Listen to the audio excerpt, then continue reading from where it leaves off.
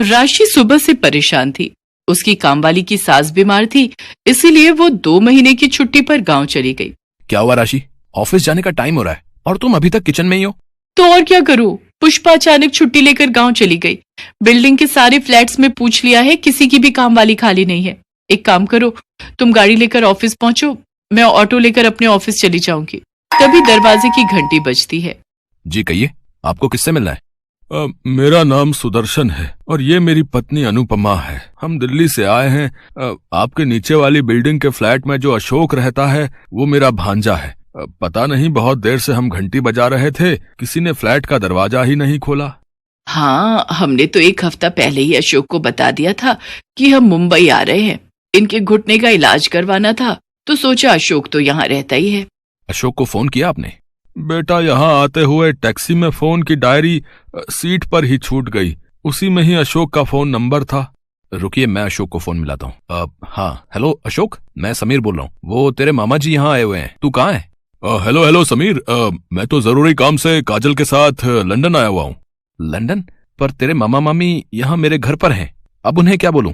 एक काम कर यार, मेरी थोड़ी मदद कर दे। मैं 2-3 दिन में जैसे ही काम खत्म होता है वापस लौट आऊंगा। तब तक तू मामा मामी को अपने घर पर ही रख ले यार, तू मेरा दोस्त है ना। पर अशोक, हेलो हेलो समीर, यहाँ नेटवर्क नहीं है, आवाज नहीं आ रही है। मैं तुझसे बाद में बात करता हूँ, ठीक है? मामा मामी का ख्याल रखना। Hello hello. अशोक फोन काट देता है। समीर कमरे में जाकर राशि को सारी बात बताता है। क्या अशोक का दिमाग खराब है क्या? हम दोनों वर्किंग हैं, मेड मेरी आ नहीं रही है, ऊपर से ये दिल्ली वाले मेहमान, वो भी अपने नहीं किसी और के, और उनकी देखभाल हम क्या करें? मैं अभी जाकर उन्हें कह देती हूँ कि वो अपना इंतजाम कहीं और कर ले। रुको राशि, बेचारी दिल्ली से आए हैं, पता नहीं उन्होंने चाय पानी पिया भी है या नहीं। बुजुर्ग हैं, ऐसे उनको एकदम से भेजना अच्छा नहीं रहेगा। इतने बड़े मुंबई शहर में कभी ऊंच नीच हो गई तो अशोक तो हमें ही कहेगा ना। 1-2 दिन देख लेते हैं, अशोक आ ही जाएगा। समीर सुदर्शन और अनुपमा को सारी बात बताता है। शुक्रिया बेटा, जीते रहो। अंकल जी, आंटी जी, मैं ऑफिस जा रही हूँ। आप पीछे से कुछ भी आपको खाना हो फ्रिज में रखा हुआ है, आप ले लीजिएगा। हाँ हाँ बेटी, तुम आराम से अपने काम पर जाओ, हमें जो चाहिए होगा हम ले लेंगे। समीर और राशि अपने अपने ऑफिस चले जाते हैं। शाम को जब राशि ऑफिस से लौटती है तो वो घर की हालत देखकर हैरान रह जाती है। ओह नो, इतनी गंदी स्मेल कहाँ से आ रही है? ये स्मेल नहीं बेटी, ये तो देसी घी की खुशबू है। तुम्हारे फ्रिज में मलाई की बहुत सारी कटोरी रखी थी, तो मैंने सोचा इसका शुद्ध ताजा देसी घी बना लेती हूँ, तुम्हारे काम आएगा। पर आंटी जी, मैं और समीर देसी घी नहीं खाते हैं, हम लोग ऑलिव ऑयल लेते हैं। हाँ हाँ, मुझे पता है, ऑलिव ऑयल भी खाओ, पर पराठे पर, साग में, दाल में देसी घी ही अच्छा लगता है। रात को सबको खाना खिलाकर जब राशि सोने के लिए कमरे में जाती है तो वो मन ही मन गुस्से में थी। वो कमरे में आते ही समीर पर बरस पड़ी। अरे ये अशोक के दिल्ली वाले मेहमान कब तक रहेंगे? पता है, आज सारी रसोई में देसी घी की स्मेल भर गई। और ऊपर से वो अंकल जी, न्यूज़पेपर कहीं रखा है, सोफे के कवर फैले हुए हैं, उनको मैं टोक नहीं सकती थी, पर ये लोग कब जाएंगे? मैं तंग आ गई हूँ। अभी राशि समीर से बात कर ही रही थी कि तभी सुदर्शन दरवाजा खटखटाता है। अब क्या हुआ अंकल जी, बताइए, कोई परेशानी तो नहीं है? समीर बेटा, रात को सोने से पहले मुझे हाजमोला खाने की आदत है। क्या तुम्हारे पास हाजमोला होगी? अंकल, हाजमोला तो नहीं होगी। एक काम करते हैं, नीचे बराबर में ही एक दुकान है, वो अभी खुली हुई होगी, चलिए मैं आपको लेकर दे देता हूँ। जाओ जाओ, मेहमानों की सेवा करो, मैं सो रही हूँ, मुझे नींद आ रही है, सुबह जल्दी उठना है। समीर और सुदर्शन दोनों सड़क पर बातें करने लगते हैं। अशोक छोटा सा था जब उसकी माँ यानी कि मेरी बहन का स्वर्गवास हो गया, और 2 साल पहले जीजा जी भी गुजर गए। अशोक बचपन में हमारे घर ही आकर रहता था। उसका अपनी मामी से बहुत प्यार रहा है, तभी तो हम बेझिझक उसके पास चले आए।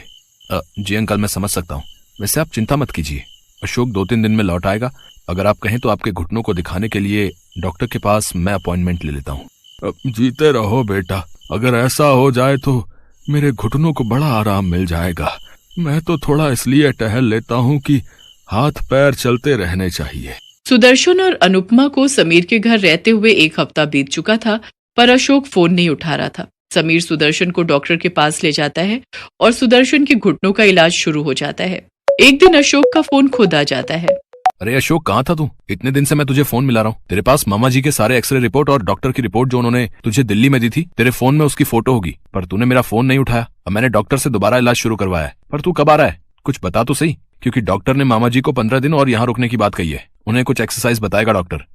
सॉरी यार, मैं यहाँ पर बहुत फंस गया हूँ, मेरा काम ही खत्म नहीं हो रहा है। मुझे अभी कम से कम 10 दिन और लगेंगे यार। प्लीज तू यार किसी तरह से ना मामा जी और मामी जी को अपने पास रख ले। अगर तू कहे तो मैं खर्चे के पैसे भेज देता हूँ। नहीं नहीं, ऐसी कोई बात नहीं है। चल मैं देखता हूँ, ठीक है।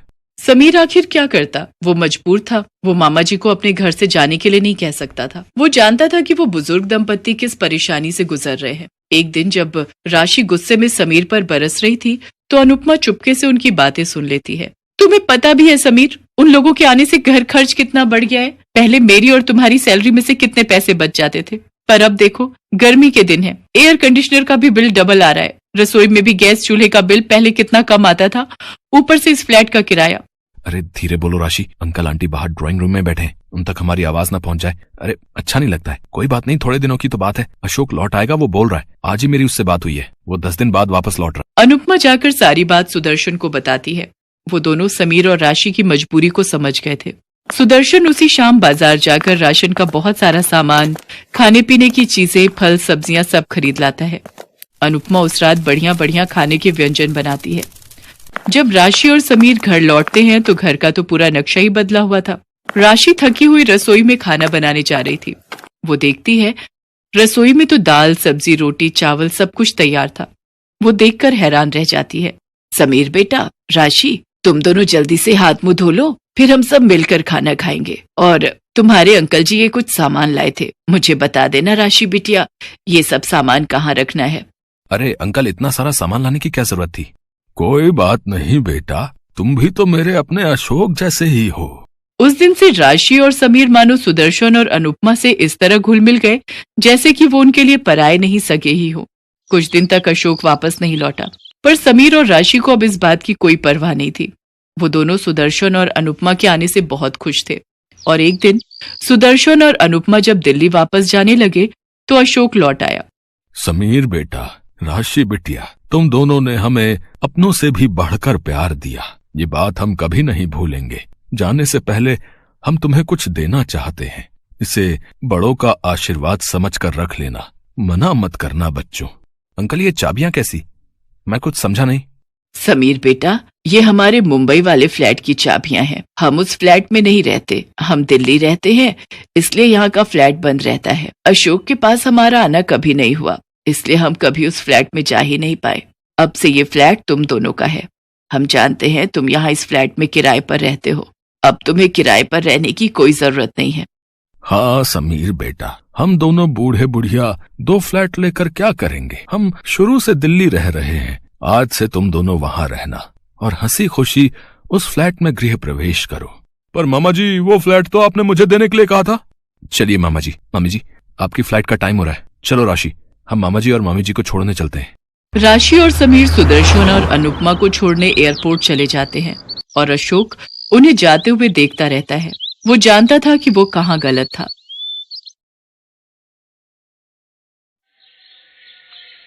मोहित का तबादला जौनपुर में हो गया था। वो अपनी पत्नी सुगंधा और बेटी मुस्कान के साथ एक नए फ्लैट में शिफ्ट हुआ था। बिल्डिंग के सभी लोग अच्छी फैमिली के पढ़े लिखे और मिलनसार थे। एक दिन, अरे मोहित, सिलेंडर खत्म हो गया, अभी यहाँ की पाइपलाइन का पता नहीं, कटी हुई है। तुम गैस लाइन वालों को फोन भी कर देना। पर अभी क्या करूँ, तुम्हें ऑफिस भी जाना है और मुस्कान की स्कूल बस भी आने वाली होगी। कोई नहीं, मैं ऑफिस में ही कुछ मंगा कर खा लूंगा। 1 मिनट रुको, मैं अभी आई। सुगंधा अपने सामने बने फ्लैट की घंटी बजाती है। जी नमस्ते, हम आपके सामने वाले फ्लैट में कल ही आए हैं। अच्छा, नमस्ते जी। जी मेरा सिलेंडर खत्म हो गया है और पाइपलाइन वाले को कॉल किया है, पर आने में समय लग जाएगा। आपके पास कोई भरा हुआ सिलेंडर मिल जाएगा? हाँ जी, बिल्कुल मिल जाएगा। मैं अपने नौकर के हाथ आपके फ्लैट में भिजवा देती हूँ। और कुछ भी जरूरत हो मेरे लायक, कोई काम हो तो जरूर बताना। जी आपका बहुत बहुत शुक्रिया, आपने मेरी इतनी मदद की। इसमें शुक्रिया की क्या बात है, वक्त पर आपका काम हो गया, इसकी मुझे खुशी है। आप अंदर तो आओ, चाय पानी कुछ। जी इनको लंच देना है, आप आना मेरे फ्लैट में, फिर एक साथ चाय नाश्ता करेंगे। किरण सुगंधा की मदद करती है और उस दिन से सुगंधा और किरण अच्छी दोस्त बन जाती है। एक साथ शॉपिंग पर जाना, एक दूसरे के घर में मिलकर पार्टी करना, खाना पीना, दोनों एक दूसरे के साथ बहनों की तरह रहती थी। एक दिन बाजार में, मुस्कान, सोनू भैया की बॉल वापस करो। मैं तुम्हें दूसरी ला देती हूँ। सुगंधा, मुस्कान और सोनू मेरे लिए दोनों ही बराबर हैं। बॉल वो रखे या सोनू, एक ही बात है। सोनू, ये बॉल मुस्कान को दे दो बेटा। तो फिर सोनू को मैं उसकी पसंद का कुछ लेकर दूंगी। अब तुम मत बोलना कि मैं क्यों पैसे दे रही हूँ। ठीक है दादी अम्मा, चल बच्चों को भी भूख लगी है, सामने शॉप से कुछ खाते हैं। सुगंधा को नए शहर में किरण जैसी अच्छी पड़ोसी के रूप में बहुत प्यार करने वाली बहन मिल गई थी। दोनों एक दूसरे से हर छोटी से छोटी बात के लिए फोन करती थी। एक दिन, अरे सुगंधा, वो लखनऊ वाली सुषमा मौसी आ रही हैं कुछ दिनों के लिए। उन्हें दवाई लेनी है, जौनपुर में किसी ने बताई है, तो वो हमारे पास ही कुछ दिन रहेंगी। मोहित, सुषमा मौसी, बस वो तो पूरा रेडियो स्टेशन है जो हर वक्त चलता रहेगा जब तक यहाँ रहेंगी। मेरे किए हर काम में नुक्स निकालेंगी। बड़ा तंग करती हैं वो मोहित। कोई बात नहीं, कुछ ही दिनों की तो बात है, तुम उनकी बातों पर ज्यादा ध्यान मत देना, ठीक है? मोहित सुषमा मौसी को स्टेशन से ले आता है। पाए लागू मौसी। जीती रहे, खुश रहे, और हो सके तो इस साल एक पोते का चेहरा भी दिखा दियो। सुषमा मौसी का बेकार का ताना सुनकर सुगंधा मोहित को देखने लगती है। मोहित उसे चुप रहने का इशारा करता है। वो तेरी बिटिया है ना? मोहित कहाँ है? वो स्कूल गई है, मैं देख कर आता हूँ, उसकी बस आ गई होगी। मौसी, ये पानी, और आप पहले स्नान करोगे या खाना लगा दूं? पहले मैं स्नान करूंगी, तब तक तू मेरे लिए दूध में थोड़ी पत्ती लगा दे। सुषमा मौसी नहाने चली जाती है, तभी किरण आ जाती है। सुगंधा, वो मौसी जी आने वाली थी, आई नहीं क्या अभी तक? आ गई है, नहाने गई है। ये ले, आ गई। पाए लागू मौसी जी, कैसी हैं आप? तू कौन है जो मेरे पैर छू रही है? मौसी जी, ये हमारे सामने वाले फ्लैट में रहती हैं। किरण नाम है इसका। बहुत अच्छा स्वभाव है किरण का, बिल्कुल बहनों जैसा। ठीक है, पर कितने दिन ये बहनों वाला रिश्ता टिकेगा, ये तो वक्त ही बताएगा। सुषमा मौसी की ये बात सुनकर किरण वहाँ से चली जाती है। सुगंधा सुषमा मौसी से, मौसी, जब मुझे इस फ्लैट में किसी भी चीज की जरूरत थी तब किरण ने ही मदद की थी। आप उसे गलत समझ रही हो। हमने भी जमाना देखा है बहू, ये नाम के रिश्ते बनाए जाते हैं ताकि फायदा उठाया जा सके। सुषमा मौसी की बातों को सुनकर सुगंधा दुखी हो जाती है, पर वो उस वक्त ज्यादा कुछ बोल नहीं सकती थी। उसे कुछ दिन और इसी तरह की बातें सुनकर बिताने थे। तभी मोहित मुस्कान को लेकर आ जाता है। मुस्कान बेटा, मौसी जी को नमस्ते करो। नमस्ते मौसी जी। अरे गुड़िया रानी, जीती रहो, आ गई स्कूल से। मम्मा, मैं सोनू के साथ खेलने किरण आंटी के घर जाऊं? पर बिटिया, पहले तनी कुछ खा तो ले। मुझे किरण आंटी के हाथ के राजमा चावल अच्छे लगते हैं, मैं वही खाऊंगी। आज उन्होंने मेरे लिए बनाए हैं। ये दूसरों के घर का भोजन थोड़ा कम ही करवाया कर बहू। पता नहीं लोग क्या क्या मिलाकर खिला देते हैं, और देखते ही देखते अपना बच्चा पराया बन जाता है। हाँ नहीं मौसी, ऐसी कोई बात नहीं है। सोनू भी मेरे हाथ की पनीर की सब्जी बहुत शौक से खाता है। सुषमा मौसी की भड़काने और झगड़ा करवाने की बुरी आदत थी। वो बस इसी मौके में रहती थी कि किसी का झगड़ा करवा कर नमक मिर्च छिड़कते जाओ। एक शाम, क्या हुआ मुस्कान, तुम रो क्यों रही हो? मम्मा, वो सोनू के पापा उसके लिए नया गेम लाए हैं। मेरे हाथ से गिर गया तो सोनू ने मुझे जोर से धक्का दे दिया। ये देखो मम्मा, मेरे हाथ पर लगी है। मैं तो पहले ही कहती थी, परायों से इतना प्यार रखना ठीक नहीं। आ गई ना चोट मारकर, कोई ऊंच नीच हो जाती तो। इतनी देर में किरण सोनू को लेकर आ जाती है। सोनू, मुस्कान से माफी मांगो, तुमने उसे गिराया ना, देखो उसके हाथ पर खरोच आ गई, चलो सॉरी बोलो। अब ये नाटक करने की जरूरत नहीं है किरण, चोट मेरी बेटी को लगी है, तुम्हारे बेटे को नहीं। कैसी बातें कर रही हो सुगंधा? मैं उस वक्त रसोई में थी, खाना बना रही थी। इन दोनों की कब लड़ाई हुई मुझे पता ही नहीं चला। वो तो बाद में सोनू ने मुझे खुद बताया तो मैं इसे माफी मांगने लेकर आई। सुषमा मौसी, शायद आप सही कह रही थी, मैंने ही पहचानने में गलती कर दी। किरण मेरे लिए सिर्फ एक पड़ोसी ही है, इससे ज्यादा कुछ नहीं। ये सब सुनकर किरण वहाँ एक पल भी नहीं रुकती। वो अपने घर आकर बहुत रोती है। सुगंधा और किरण की दोस्ती में तकरार आ जाती है, उनके रिश्ते में दरार पड़ जाती है और वो दोनों आपस में बिल्कुल बात करना बंद कर देती हैं। सुषमा मौसी ने जो चिंगारी सुलगाई थी उसकी लपटें सुगंधा और किरण के रिश्तों पर पड़ चुकी थी। दोनों एक दूसरे के सामने आकर मुंह फेर लेती थी। एक दिन, सुगंधा, मुझे जरूरी काम से दिल्ली जाना है, 2 दिन लगेंगे। ठीक है, मैं आपकी पैकिंग कर देती हूँ। अगले दिन मोहित दिल्ली चला जाता है। उसी रात सुगंधा, मुस्कान बेटा, सोफे से गिर जाओगी, कूदाफांदी मत करो। तभी अचानक मुस्कान सोफे से गिर जाती है। मुस्कान, क्या हुआ? अरे मौसी, इसको तो खून बह रहा है। क्या करूं, ये भी घर पर नहीं है। मुस्कान मेरी बच्ची, आंखें खोल। सुगंधा के रोने की आवाज किरण के फ्लैट तक जाती है। सुनो जी, मैं जरा देख कर आऊं, मुझे सुगंधा के रोने की आवाज आ रही है। भाई तुम्हारी सहेली है तो तुम्हें जाना चाहिए। किरण विवेक के साथ सुगंधा के घर जाती है। अरे सुगंधा, क्या हुआ इसे? ये मुस्कान की चोट कैसे आई? सोफे से गिर गई। ये भी दिल्ली गए हुए, अब मैं क्या करूं? विवेक, आप गाड़ी निकालो, मुस्कान को जल्दी हॉस्पिटल ले चले। सुगंधा तू घबरा मत, सब ठीक हो जाएगा। सब लोग हॉस्पिटल पहुंचते हैं। डॉक्टर, मुस्कान कैसी है?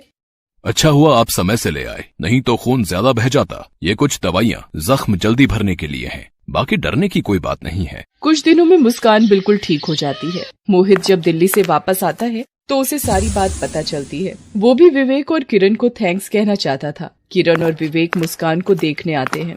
अब कैसी हो मुस्कान बिटिया? देखो, सोनू भी तुमसे मिलने आया है। मुस्कान, तू जल्दी से ठीक हो जा, फिर मैं तुझे गेम दूंगा और धक्का भी नहीं दूंगा, प्रॉमिस। किरण बिटिया, आओ यहाँ मेरे पास बैठो। किरण बिटिया, आज तुमने साबित कर दिया कि कुछ रिश्तों के नाम नहीं होते, पर वो दिल से जुड़े होते हैं और अनमोल होते हैं। किरण बिटिया, मैं अपने व्यवहार के लिए तुमसे माफी मांगती हूँ, माफ कर दे बेटी। मौसी जी, आप बड़े हो, आप माफी मांगकर मुझे शर्मिंदा मत करो। किरण, अपनी इस बहन को माफ कर देगी ना? ओए, ये ड्रामे छोड़, मुझे भूख लगी है। पागल कहीं की, बड़ी आई माफी मांगने वाली। बहनों के गले लगते हैं मेरी जान। सुगंधा और किरण को फिर से एक साथ देखकर मोहित और विवेक भी बहुत खुश थे। मोहित भी विवेक को धन्यवाद करता है। सारी गलतफहमियां दूर हो चुकी थीं। सुषमा मौसी को भी समझ आ गया था कि झगड़ालू स्वभाव इंसान का सारा व्यक्तित्व खराब कर देता है और सबसे प्यार करने वाला पीठ पीछे भी प्रशंसा का पात्र बनता है।